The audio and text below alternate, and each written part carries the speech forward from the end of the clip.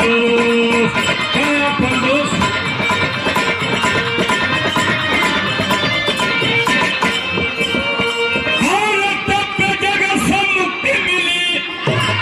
और कहे कबीर संतोष जमाना बे भिचरिया भय यादव वीरेंद्र का कयू कल दरिया जमाना में भिचरिया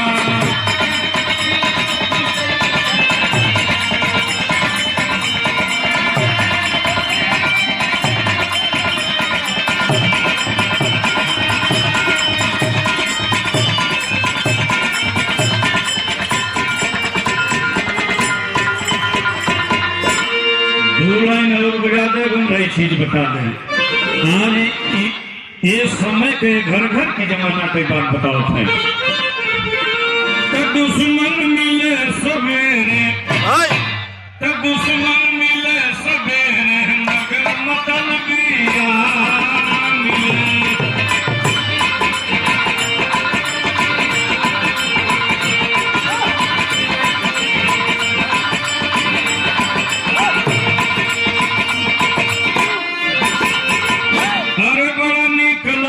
के ननियौरा सरहद करम बोली लागे और जैसा खजुआवत खौरा कि साला रहे करकसा मगर करकसा ना मिले साला रहे दूंगा जो करकसा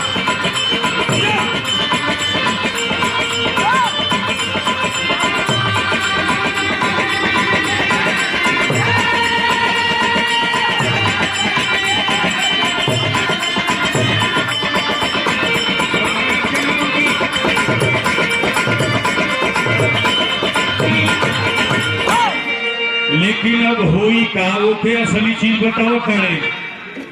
कि आई नया जमाना मर देखो मलिकाई न रही है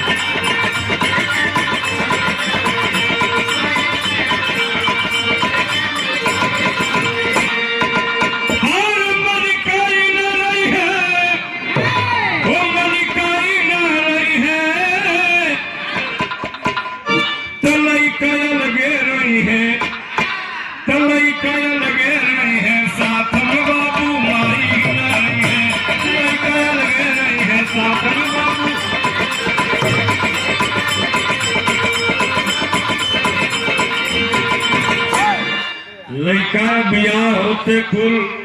ब्याह शादी कर कुछ दिन बीते अब बाबू माई के साथ लड़का ना रही है भोई का और भैंस पहनाए वाली सुई लौकी में भी लागी तनी माइकवा के पास में बोलिए गाइए आप लोग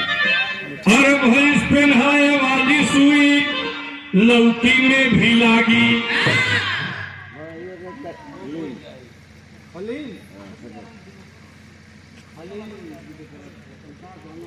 खलील भैया